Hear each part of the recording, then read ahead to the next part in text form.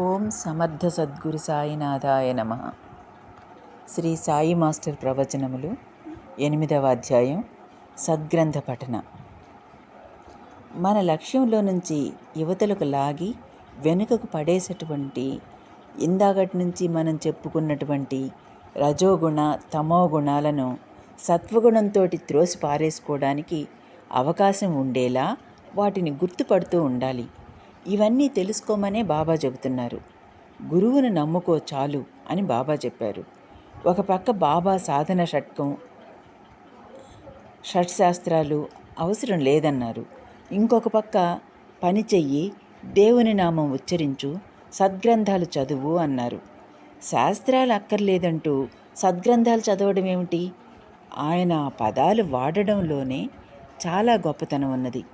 సద్గ్రంథాలు పఠించు అంటే మనం భగవద్గీత చదివేటప్పుడు అందులో గుణత్రయ విభాగం రాసింది ఇందుకోసం గదా అని తెలుసుకుంటే చాలు, ఇక దాని ప్రయోజనం అయిపోయినట్లే. ఒకచోట వేడుకలు జరుగుతున్నాయి.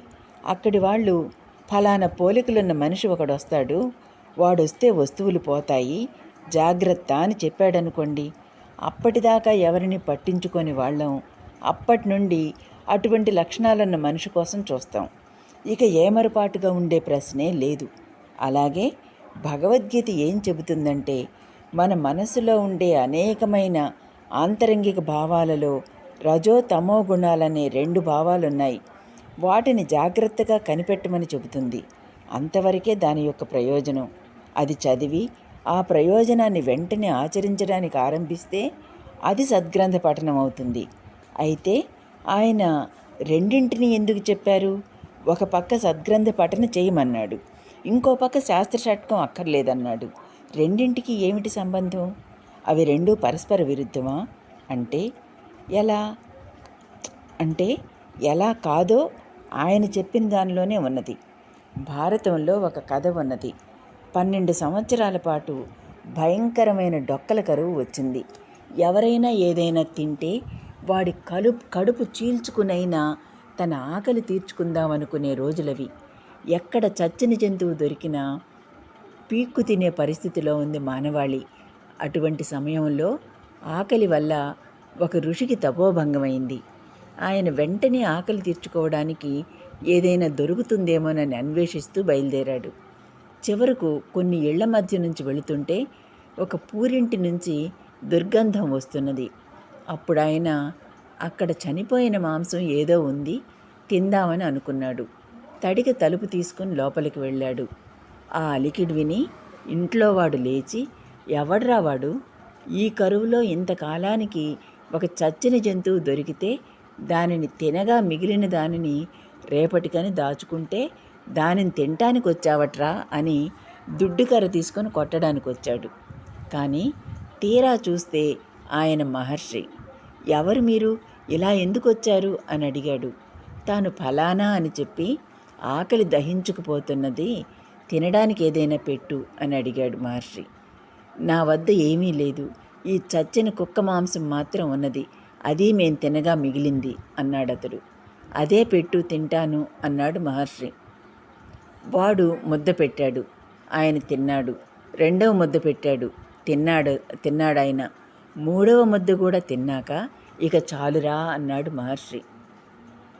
అప్పుడతడు ఆయనకు మళ్ళీ ఆహారం దొరకదేమోననే ఉద్దేశంతో ఇంకొంచెం తినండి స్వామి అన్నాడు. ఆయనకు కోపం వచ్చింది. ఓరి వెధవా, నన్ను చచ్చిన కుక్క మాంసం తినమంటావట్రా అన్నాడు. నేను ఋషీశ్వరుణ్ణి, కందమూలాలు తిని తపోనిష్టలో ఉండేవాణ్ణి, నన్ను కుక్క మాంసం తినమంటావట్రా అని మండిపడ్డాడు. అతడు, ఇందాకటి నుంచి మీరు తిన్నదేమిటి, ఇప్పుడు మీరు అంటున్నదేమిటి అని అడిగితే ఆ ఋషి, ఇందాకటి నుంచి తిన్నది ఆహారం, ఇక నుంచి అది చచ్చిన కుక్క మాంసం అన్నాడు. క్షుత్తు నివారణై ప్రాణము నిలిచి ధ్యానం అంతర్ముఖం కావడానికి సరిపోయేంత వరకు ఆవశ్యకమైనది ఆహారం. అది ఏ పదార్థమైనా సరే. ఆ పైన ఇష్టంగా తింటామే, అప్పటి నుంచి అది మంచిదా చెడ్డదా అనే ధర్మసూత్రం ఇమిడి ఉంటుంది. అలాగే భగవద్గీత చదువుతున్నప్పుడు గుణత్రయ విభాగంలో చెప్పిన దానిని అవగాహన చేసుకున్నామనుకోండి, ఓహో మనం జాగ్రత్తగా గుర్తుపట్టినట్లయితే మనలో ఎప్పుడు ఏ గుణం పనిచేస్తున్నదో తెలుసుకొని వాటిని ఈ విధంగా నివృత్తి చేసుకోవచ్చు కదా అనుకొని ఆ రోజు నుండే మనస్సును జాగ్రత్తగా గమనిస్తున్నాం అనుకోండి, ఇది రజోగుణం కాబట్టి ఇది ఈ విధంగా పనిచేస్తున్నది అని గుర్తుపట్టడం ఎప్పుడైతే ప్రారంభిస్తామో అప్పుడు మనం చేసేది సద్గ్రంథ పఠన. అట్లా కాక అదే భగవద్గీతను చదివి ఇది ద్వైతమా అద్వైతమా విశిష్టాద్వైతమా ఏ శాస్త్రం అని ఆలోచించామనుకోండి, అది శాస్త్రం సాంఖ్యమా వైదేశికమా మీమాంస, ఇందులో ఏ సిద్ధాంతం సరి అయింది ఏది కాదు అని ఆలోచించడం మొదలుపెట్టామంటే మనకు శాస్త్ర పాండిత్యం తగులుకున్నది అని అర్థం. ఇక అందులో నుంచి బయటపడడం కష్టం. మామూలు మనిషికి ప్రాపంచికమైన రాగద్వేషమైన భావాల నుండి బయటపడడం అనేది ఎలాగైతే ఉండదో అలాగే ఇది కూడా. ఉదాహరణకు ఒకచోట ఇద్దరు కూర్చొని మూడవ వాని గురించి చర్చించుకుంటున్నారనుకోండి. ఒకడు వాడిట్లా చేశాడ్రా అలా చేశాడ్రా చాలా మంచాడ్రా అని అన్నాడనుకోండి. చచ వాడు చెడ్డవాడు నీకేమీ తెలియదు అని అవతలివాడు అన్నాడనుకోండి. వీడు మళ్ళీ వాడిలాంటి మంచి పనులు చేశాడు అని వీడంటాడు. లేదు దొంగ వేషం అని వాడంటాడు. ఇక సూర్యచంద్రాదులు ఉన్నంత వరకు వాడు ఎలాంటి వాడోనన్న విషయాన్ని వాళ్ళిద్దరూ తేల్చుకోలేరు. ఎందుకంటే వాడు చెప్పేది వాడికి ఎంత నిజమనిపిస్తుందో వీడు చెప్పేది వీడికి అంతే నిజమనిపిస్తుంది. వీళ్ళిద్దరూ కూడా వాళ్ళ ఆంతర్యాలలోంచే మూడవ వాడిని చూస్తున్నారు గనక ఆ మూడవ వాడి యొక్క ఆంతర్యం వీళ్ళిద్దరికీ తెలిసే అవకాశమే లేదు. అందుకని బైబిల్లో ఒక అద్భుతమైన మాట చెప్పారు, judge not lest thou be judged. దేనిని అంచనా వేయకు, జాగ్రత్త, నీవు అంచనా వేయబడతావు అన్నాడు. వాడు దుష్టుడు వీడు దుర్మార్గుడు అని అవతలి వాళ్లను నీవు అంచనా వేస్తే నిన్ను భగవంతుడు అంచనా వేస్తాడు. ఒరే నీ అర్హత ఎంతరా అని అడుగుతాడు. రూల్స్ మాట్లాడిన వాడిని ఏం చేస్తాం? వెంటనే వాడిని రూల్తోనే పట్టుకుంటాం. ఇతరులలోని లోపాలను ఎంచరాదనే దానిని మన పెద్దలు ఇంకొక రకంగా కూడా చెప్పారు. పక్కవాడి కంటిలోని నలుసు తీసే ముందు నీ కంటిలో ఉన్న దూలాన్ని తొలగించుకో అని. పక్కవాడి కంటిలోని నలుసు తీయడం మంచిదే, కానీ ప్రతివాడి కంటిలో ఉండే నలుసును వెతకడం అనే గుణం అనే దూలం నీ కంటిలో ఉంది తెలుసుకో అన్నారు. కంటిలో దూలం ఉంటే ఏమవుతుంది? ఇక లోకం కనబడదు వాడికి, ఎక్కడ చూసినా దూలమే కనబడుతుంటుంది. అలాగే తప్పులెన్నే గుణం ఉంటే ఏమవుతుంది? లోకంలో అన్ని తప్పులే కనబడతాయి. చివరకు ఇతరులలోని తప్పులెన్నుట అనే గుణం వల్ల తనలోని తప్పులెన్నడం మానుకున్నాడు. తనలోని తప్పులెన్నడం ప్రారంభించగానే ఇతరులలోని తప్పులెన్నడం అనే గుణం తనలోని మొదటి తప్పుగా అర్థమవుతుంది. అందుకని మొదటగా దానిని తనలో నుండి తీసివేయాలి. అలాగే భగవద్గీతలోని గుణత్రయ విభాగ యోగం చదివినటువంటి వాడు సాత్విక భావం కలవాడైతే తనలో ఉండే రజోగుణ తమో గుణాలను గుర్తుపట్టి సక్రమంగా వినియోగించుకోవడానికి ప్రయత్నిస్తాడు. సాత్విక భావ ప్రధానుడు కానివాడు అవతలి వాళ్ళ గురించి వీడు రజోగుణ ప్రధానుడు వాడు తమోగుణ ప్రధానుడు అని చెప్తుంటాడు. అంతేగాని తాను రజోగుణ తమోగుణ ప్రధానుడు అవునో కాదో మాత్రం గమనించుకోడు. అలాగే మనం బ్రహ్మతత్వానికి ధ్యానతత్వానికి దగ్గరగా వెళ్తున్నామా లేదా, నిష్ఠా సబూరీలు బాగా కుదురుతున్నాయా లేదా అనేది చూసుకునే బదులు వీడిట్లా వాడిట్లా అని వ్యాఖ్యానించడంతో మన బ్రతుకు తెల్లవారిపోతుంది. ఎందుకని? ఉన్న కాలమంతా వాటి గురించి ఆలోచించినా అది నిజమో అబద్ధమో తేలదు. అది నిజమైనా అబద్ధమైనా వీడికి ఒరిగేదేమీ లేదు. ఇది ఎంతో ప్రమాదకరమైన విషయం. అందుకనే దేవతలు కూడా ఇలా ప్రార్థన చేస్తారట, మా చెవులు ఎప్పుడు శుభమునే వినుగాక, మా కళ్ళు ఎప్పుడు శుభమునే చూసుగాక, మా జిహ్వ ఎప్పుడు శుభమునే మాట్లాడుగాక, ఈ విధంగా మమ్మలను అనుగ్రహించు తండ్రి అని మొరపెట్టుకొని ప్రార్థన చేసుకుంటారట. అలా ఎందుకు ప్రార్థించాలి అంటే అలా శుభమైన విషయాలలోనే మనసు నిమగ్నమవడం వలన మనం బ్రతికి బయటపడడం, నిమగ్నం కాకపోవడం వలన మనం నాశనమై 10 మందిని నాశనం చేయడానికి తప్ప ఎందుకు పనికిరాము గనుక. అందుకని వేద ఋషులు ఏదైతే జాగ్రత్త అని చెప్పారో అదే గీతాచార్యుడు చెప్పాడు. మళ్ళీ సాయినాథుడు కూడా దానినే సూచిస్తున్నారు. ఈ దక్షిణ, ఈ నిష్ఠ గురించి ఇప్పుడు క్రమంగా జాగ్రత్తగా ఆలోచిస్తే మనకేం తెలుస్తున్నదంటే, ఈ నిష్ఠ సబూరిలో ఒక్కదానిని సమర్పించినా చాలు, మన మనసు మొత్తాన్ని ఆయన ఆక్రమిస్తాడు. వామనుడికి 3 అడుగులే ఇస్తానన్న 1 అడుగు భూమిని, మరొక అడుగు ఆకాశాన్ని ఆక్రమించి 3వ అడుగు అతని నెత్తిమీదే పెట్టాట. అలా మొత్తం ఆక్రమించాట. అలాగే ఈ నిష్ఠా సబూరీలు కూడా, ఇవి 2 పైసలే కదా, అవేం చేస్తాయిలే అనుకోవడం పొరపాటు. ఒకసారి ఆయనకు నమస్కరించి, నీవు సద్గురువువో, నీవు అంతటా నిండి ఉన్నావు, నన్ను రక్షించు తండ్రి అని ఎప్పుడైతే నమస్కారం చేశామో ఆయనకు మనం దక్షిణ సమర్పించామన్నమాట. దీనికి గుర్తెరగాలంటే అది సాయి సూక్తుల్లో ఉంది. ఒకడికి భగవంతుడంటే అసలు విశ్వాసమే లేదు. అలాంటి వాడికి ఒక అనుభవం కలిగి బాబా మీద విశ్వాసం కలిగింది. తర్వాత వాడు శ్రద్ధగా ఒక్కసారి నమస్కారం చేశాడు. తర్వాత వాడు తనలో కలిగిన భక్తిభావానికి తట్టుకోలేక అటు పోయినప్పుడు ఇటు పోయినప్పుడు వచ్చి నమస్కారం చేసుకుంటున్నాడు. జనం ఎక్కువగా ఉన్న సమయంలో తోసుకుని అవస్థపడుతున్నాడు. అప్పుడు వాడితో బాబా అన్నారు, ఎందుకురా అలా తోసుకుంటావు, నీవు భక్తి శ్రద్ధలతో చేసిన ఒక్క నమస్కారం చాలు అని. అంటే బాబా అలా అనడంలోని ఉద్దేశ్యం ఏమిటి అంటే, నీవు నా గురించి ఏం తెలుసుకుని నీవే సర్వస్వమని మనసులో ఏ భావాన్నైతే ఏర్పరుచుకున్నావో అదే భావంతో నీవెంతసేపు నిలుస్తావో అంతసేపు నీ జీవితం అంతా కలిసి ఒక నమస్కారము, చేతులు కలిపినంత మాత్రాన నమస్కారం కాదు. వాడు కూర్చున్నా, నడిచినా, నిలిచినా లోపల అదే భావం ఉన్నంతసేపు అదే మొట్టమొదటి నమస్కారం. దానిలో నుంచి చెలించవద్దని ఆయన చెప్పేది. ఈ చెలించవద్దు అనే దానికి ఇంకా చెప్పారు బాబా. ఆ విధమైన శ్రద్ధాభక్తులను చీపురు పొల్ల మీద పెట్టుకున్నా సరే నీవు భగవంతుని చేరతావు అన్నారు. దక్షిణ సమర్పించగలగడం, నిష్ఠ మనసులో ఒక్కసారైనా భాషించడం సత్వప్రధానం అవడం చేత జరుగుతుంది. అది స్థిరపడితే చాలు, రజోగుణ తమోగుణాలు నశించిపోతాయి.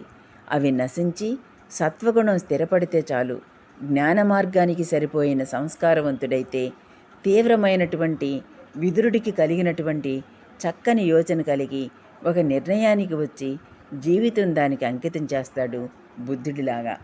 అలాగాక భక్తి ప్రధానమైన సంస్కారం కలవాడైతే రంగన్న బాబు గారిలాగా భగవంతుడు తప్ప మరేమీ లేదనే నిర్ధారణకొచ్చి ఆ భగవంతుని మీదే ప్రాణమంతా పెట్టి నిలుస్తాడు.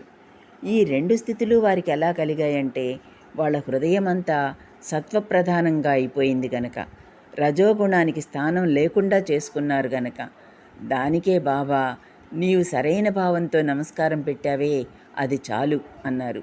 అలాగే ఒకడు బొంబాయి నుండి వస్తే, వీడు నాకు 4 సంవత్సరాల నుండి తెలుసు అన్నారు బాబా. అతడు షిరిడీ రావడం, బాబాను చూడడం అదే మొదటిసారి. ఏమిటి ఈయన ఇలా మాట్లాడుతున్నారు అని వాడు జ్ఞాపకం చేసుకుంటే, సరిగ్గా 4 సంవత్సరాల క్రితం మొట్టమొదటిసారిగా బాబా గురించి, వారి లీలల గురించి విని, అబ్బా ఇంత గొప్ప మహాత్ముడా ఈయనను తప్పకుండా దర్శించుకోవాలి అని మనస్ఫూర్తిగా నమస్కారం చేసుకున్నాడు. అంతే, అయిపోయింది వాడు చేయవలసింది. ఇక అతడు బాబా లెక్కలోకి వచ్చాడు. అంటే బాబా ఇక్కడ చెబుతున్నది ఏంటంటే, నీవు నిష్ఠలోకి వచ్చావు, దక్షిణ సమర్పించావు, ఆ విధంగా నీవు ఎంట్రీ ఫీజు కట్టావు కనుక నీ పేరు ఇక్కడ రిజిస్టర్ అయింది. ఇక కోడ్ ఆఫ్ కాండక్ట్ చూడడం మొదలవుతుంది అని. నీవు చేరకపోతే అడిగేవాడే లేడు.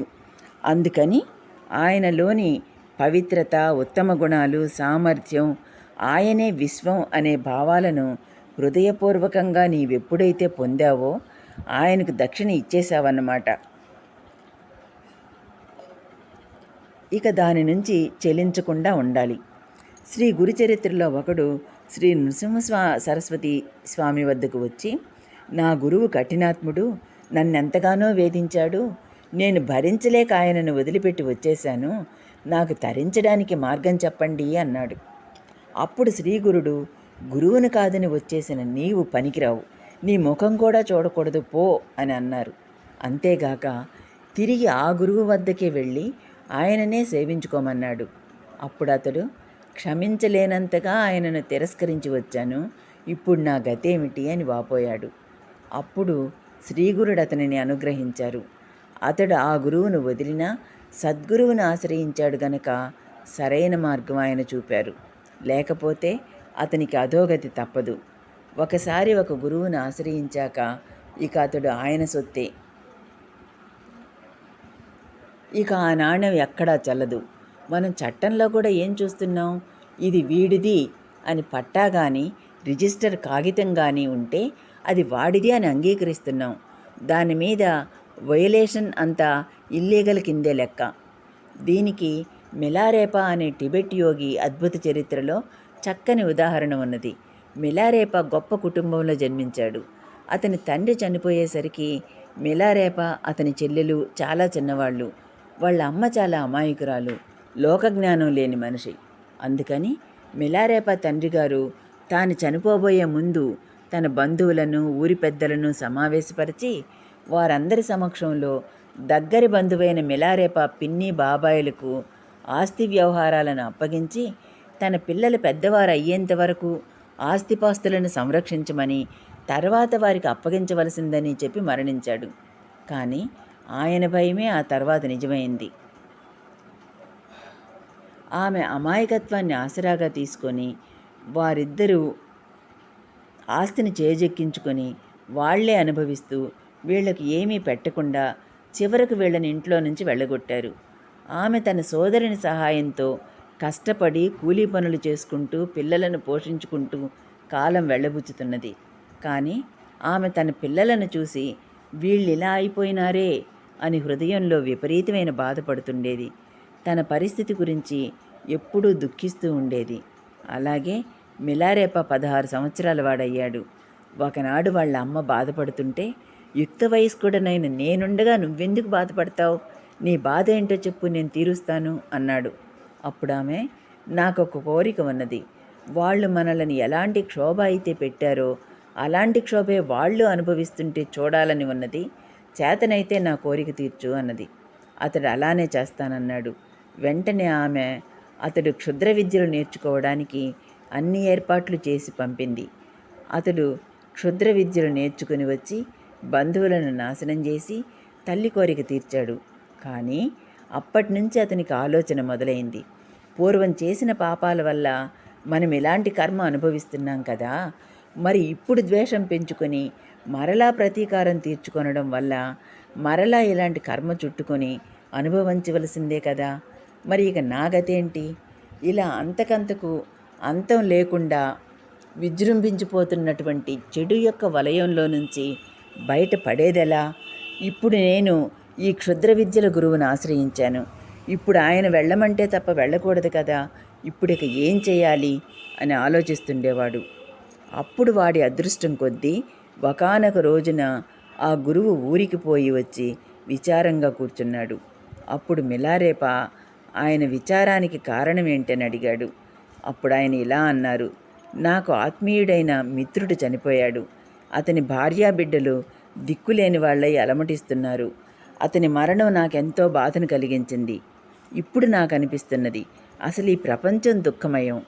అసలే ఈ ప్రపంచం దుఃఖమయమై అంతా అలమటించిపోతుంటే నేను క్షుద్ర విద్యలు నేర్చుకొని లోకంలో ఎంతమందిని చంపాను, ఎంతమంది నా వల్ల దిక్కులేని వారయ్యారో కదా. అంతేగాక నన్ను ఆశ్రయించిన వారికి కూడా ఈ క్షుద్ర విద్యలు నేర్పి వారి చేత కూడా దుఃఖమయమైన పనులు చేయించానే. ఇక నేను బాగుపడేదెలా, ఇతరులను బాగుపరిచేదెలా అని చాలా బాధ కలుగుతున్నది. పోనీ ఇప్పుడేదన్నా చేద్దామన్నా వయసు మళ్ళీపోయింది. ఈ ముసలితనంలో నేను చేయగలిగిందేమీ లేదు. కనుక నువ్వైనా ఇక ఈ క్షుద్ర విద్యను మానేసి ముక్తి పొందడానికి ప్రయత్నించు అన్నారు. మిలారేపా కోరుకుంటున్నది కూడా అదే కదా. అలాగే చేస్తాను, ఆ మార్గమేదో మీరే తెలపండి అన్నాడు మిలారేపా.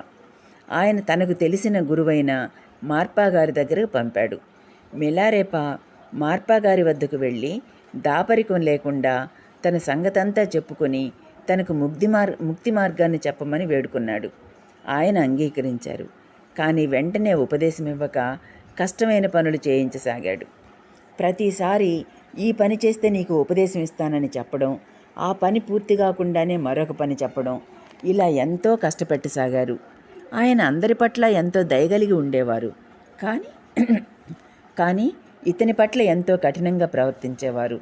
చివరకు గురుపత్ని కూడా అతను పడే కష్టం చూడలేక గురువుగారు వ్రాసినట్లు ఒక కాగితం రాసి గురువు పంపిన గుర్తుగా కొన్ని వస్తువులిచ్చి గురువుగారికి ముఖ్య శిష్యుడైన గోగ్డన్ వద్దకు ఉపదేశానికి పంపింది. గురువుగారి ఆజ్ఞకు గోగ్డన్ ఎంతో సంతోషించి అద్భుతమైన సాధనలు మిలారేపాకు నేర్పాడు. కానీ ఎన్ని రోజులైనా ఫలితం రావడం లేదు. అతడు ఆశ్చర్యపోయి, ఏమిటి, నువ్వింత కష్టపడి సాధన చేస్తున్నా ఫలితం రాకపోవడం ఆశ్చర్యంగా ఉన్నది. పోనీ గురువుగారి అనుమతి లేదేమో అనుకుంటే అది ఉన్నది కదా, నాకేమీ అర్థం కావడం లేదు అన్నాడు. అప్పుడు మిలారేపాకు భయమేసి జరిగిన సంగతి మొత్తం చెప్పేశాడు. అప్పుడు గోగ్డన్, ఎంత పని చేశావు మిలారేపా, ఒకసారి ఒక గురువు వద్ద నీవే నా గురువు, నా సర్వస్వం అని ఎప్పుడైతే చెప్పావో, ఇక ఆయన వద్ద నుండి అభయము అనుమతి వస్తే తప్ప ఇక నేను కాదు, ఈ ముల్లోకాలలోనూ ఎవరి వద్ద ఏం నేర్చినా రాదు, కనుక నీవు తిరిగి ఆయన వద్దకే వెళ్ళు అన్నాడు. కానీ వీడికి అక్కడికి వెళ్ళడానికి ధైర్యం చాలలేదు. చెప్పకుండా దొంగతనంగా వచ్చాడు. ఎట్లా వెళ్తాడు అక్కడికి? తాను అక్కడ ఉండి గురువుగారు చెప్పినట్లు చేస్తుంటేనే ఆయన తన మీద కారాలు మిరియాలు నూరుతున్నాడే, ఇక ఇప్పుడు తాను వెళితే అసలు రాణిస్తాడా? గురువుగారి సంగతి గోగ్డన్కు తెలుసు. అతడు ధైర్యం చేసి మిలారేపాను పంపలేకపోతున్నాడు.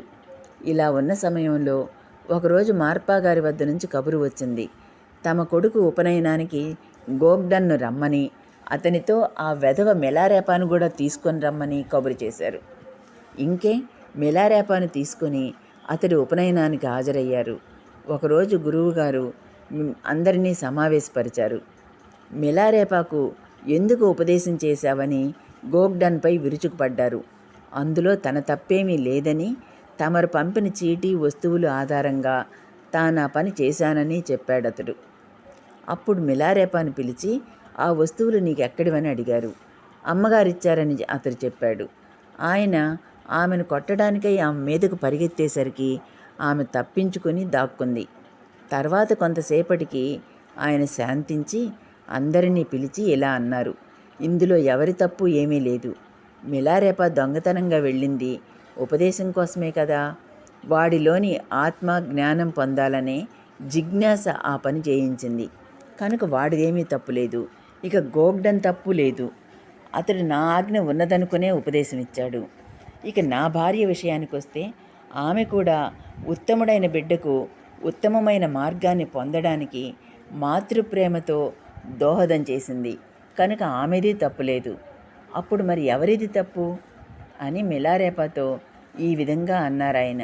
ఇందులో నువ్వు అర్థం చేసుకోవలసిన విషయం ఒకటి ఉన్నది.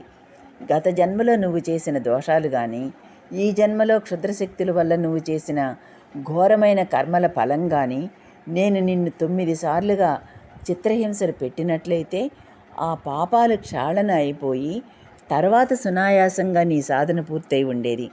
కానీ నేనెంత ప్రయత్నించినా 8 సార్లు మాత్రమే చేయగలిగాను.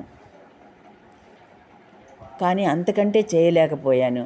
ఎందుకనంటే నీ కర్మ బలంగా ఉండడం వల్ల నేను 9వసారి నిన్ను కష్టపెట్టబోయినప్పుడు నేను తప్ప నిన్ను ఆత్మజ్ఞానాన్ని పొందేలాగా చేసేవారు ఇంకెవరూ లేరని తెలిసినప్పటికీ కూడా ముక్తిని సునాయాసంగా పొందడానికి వీలు లేని నీ దుష్కర్మ నా భార్యలో చొరబడి నిన్ను నా నుంచి దూరమయ్యేలా చేసింది.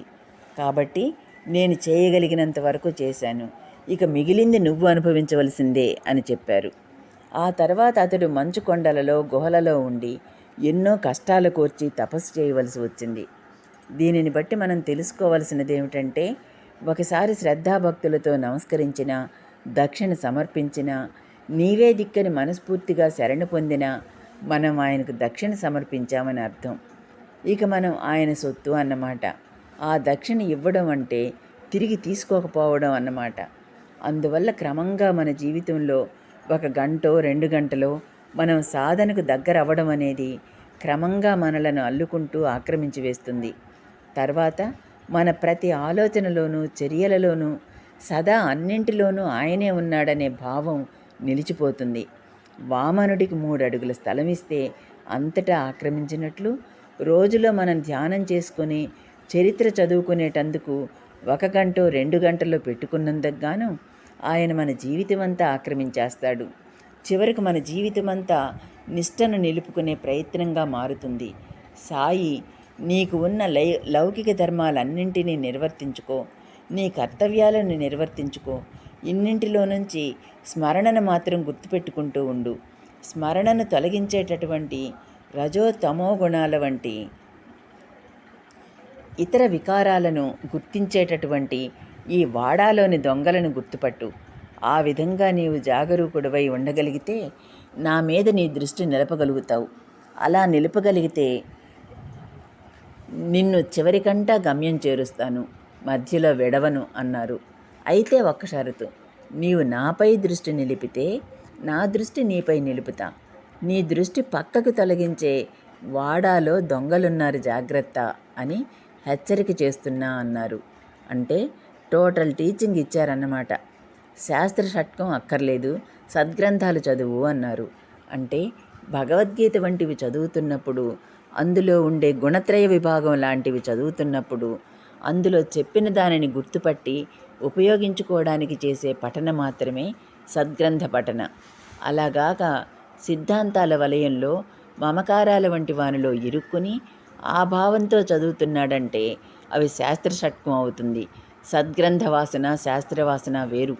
సద్గ్రంథ వాసన సత్తుకు తీసుకుపోతుంది. దానిని మరొక దానికి వినియోగించుకుంటే అది శాస్త్ర షట్కం అవుతుంది. దీనినే గురుగీతలో ఇలా చెప్పారు. తేనెటీగ పువ్వులో ఉన్న తేనెని మాత్రమే తీసుకొని పువ్వుని ఎలాగైతే విసర్జిస్తుందో అలాగే సకల శాస్త్రాలు చదువు. వాటిని చదివేటప్పుడు ఏ విధంగా నీ మనసును ఉంచుకుంటే సాధన మీద గురి కుదిరి ప్రయోజనం కలుగుతుందో తెలుసుకొని అందుకు కావలసిన యత్నాన్ని నీవు చేసుకుంటూ వెళ్ళు.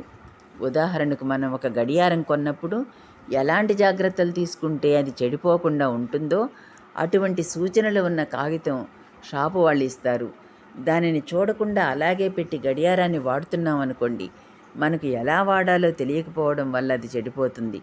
అలాగాక ఇన్స్ట్రక్షన్ కాగితంలో ఉండేది చదువుకొని మొదటి నుండి జాగ్రత్త పడి ఆ రోజు నుండే ఆ ప్రకారం చేస్తే 3వ రోజు నుండి యాంత్రికంగా ఆ పనిని చేసేస్తాం. అప్పుడు మనకు ఆ సూచన కాగితంతో ఏం పని? అలాగే నీలో ఉండే గుణాన్ని గుర్తుపట్టి జాగ్రత్త పడడం తెలిసినప్పుడు ఇక ఆ అధ్యాయంలో ఉండే శ్లోకాలతో మనకేం అవసరం? విష్ణు సహస్రనామం భావయుక్తంగా కంఠస్థమైన తర్వాత ఆ పుస్తకంతో మనకేం పని? అంతఃశుద్ధి కలిగిన తర్వాత బాహ్యాచరణాలలో ఉండే భేదాల పట్ల అసహనం దేనికి?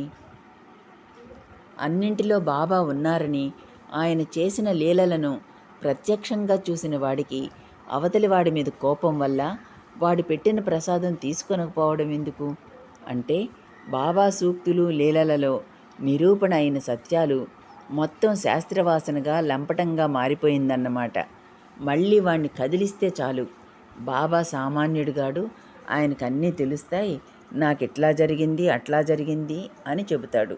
కానీ వాడు పెట్టింది నేను తినను అంటాడు. అప్పుడు మాత్రం ఇది పనిచేయదు. ఆ రెండింటికి సమన్వయం కుదరదు. అందుకని ఈ విషయంలో చాలా జాగ్రత్తగా ఉండాలి. ఇది ఎవరికి వాళ్ళు తీసుకోవలసిన జాగ్రత్త మాత్రమే. అది పూర్తిగా కుదిరిన తర్వాత మాత్రమే ఎవరికైనా సాధన పూర్తవుతుంది. జేబులో పర్సు పెట్టుకొని ఎవరూ జేబు కొట్టేయకుండా రైల్లో ప్రయాణించడం అనేది ప్రతివాడు తెలుసుకోవలసిన విషయం. అలాగే అందరిలో బాబా ఉన్నాడన్న విషయాన్ని నిరంతరం గుర్తుపెట్టుకోవడానికి ప్రయత్నిస్తూ ఉండాలి. ఇది జాగ్రత్త పడకపోతే ఏం జరుగుతుందో నేటి ఆశ్రమాలను చూస్తే తెలుస్తుంది. అక్కడ ప్రతివాడు తమ గురువు సర్వత్రా నిండి ఉన్నాడనే చెబుతూ ఉంటాడు. కానీ తానెంతగా ఆ భావాన్ని నిలుపుకుంటున్నాడో చూసుకోకుండా పక్కవాడు అలా ఉండడం లేదని అంటూ ఉంటాడు. నేను అనేక ఆశ్రమాలలో ఉండి చూశాను గనక నాకు తెలిసింది. అందుకని నేను ఏ ఆశ్రమంలోనూ ఉండడాన్ని ఇష్టపడను, అసలు ఉండకూడదు కూడా. ఎందుకంటే అలాంటి వాళ్ళ వల్ల క్రమంగా మనకు కూడా అదే అభ్యాసం అవుతుంది. అందుకని ఆశ్రమాలకు వెళ్ళినప్పుడు దర్శనం చేసుకురావాలి, ధ్యానం చేసుకుని రావాలి, పారాయణ చేసుకుని రావాలి. అంతేగాని అక్కడ ఎక్కువ కాలం ఉండకూడదు.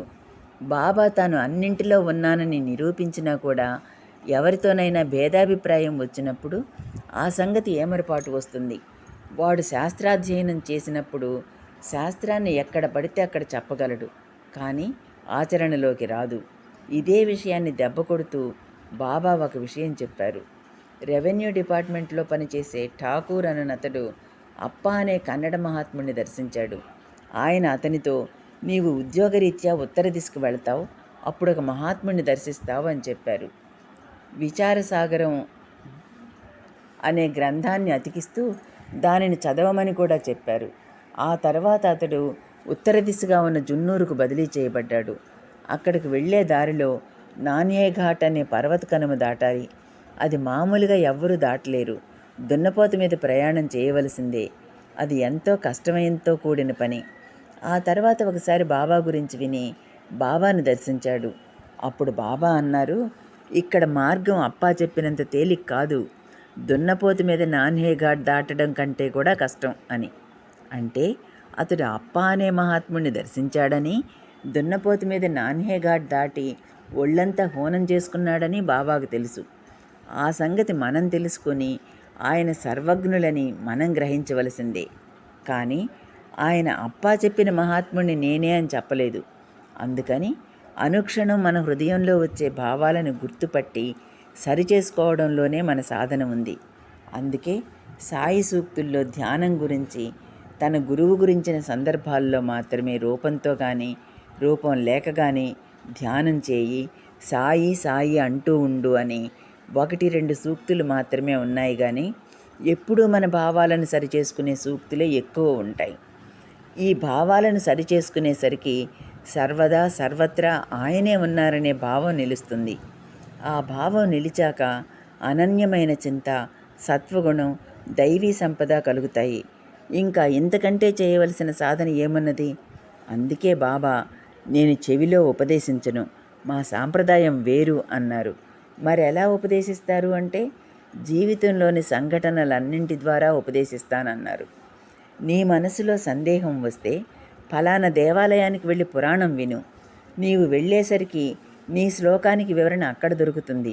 వినే సామర్థ్యం నీకుండాలి. కానీ ఎన్ని నోళ్ళు ఎన్ని రూపాలు ఉన్నాయో అన్నింటిలోంచి నేనే మాట్లాడతాను. ఒక టైంలో ఒక నోటితో ఒక మంత్రం ఒకప్పుడు చెప్పడం కాదు, వినే సామర్థ్యం నీకుండాలే. కానీ పురుష సూక్తంలో పురుషుని సహస్రముఖునిగా చెప్పినట్లు సహస్ర ముఖాల నుండి, వ్యక్తుల నుండి సహస్ర విధాల నిత్యబోధ జరుగుతూనే ఉంటుంది. అందుకని నా బోధ ఒక పక్క నుంచి రాదు అని చెప్పారు బాబా. కాబట్టి సాయి ఏమి బోధించలేదా అంటే, ఆయన బోధించనిదే లేదక్కడ, ఆయన చెప్పిన దాంట్లో రానిదే లేదు. అయితే ఆయన చెప్పిందేంటి?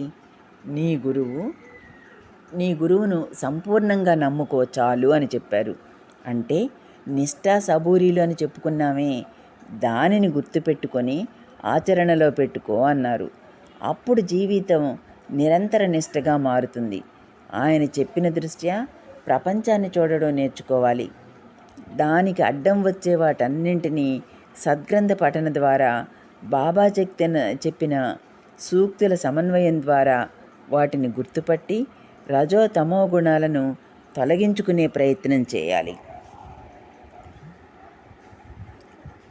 8వ అధ్యాయం సమాప్తం. ఓం సాయిరామ్.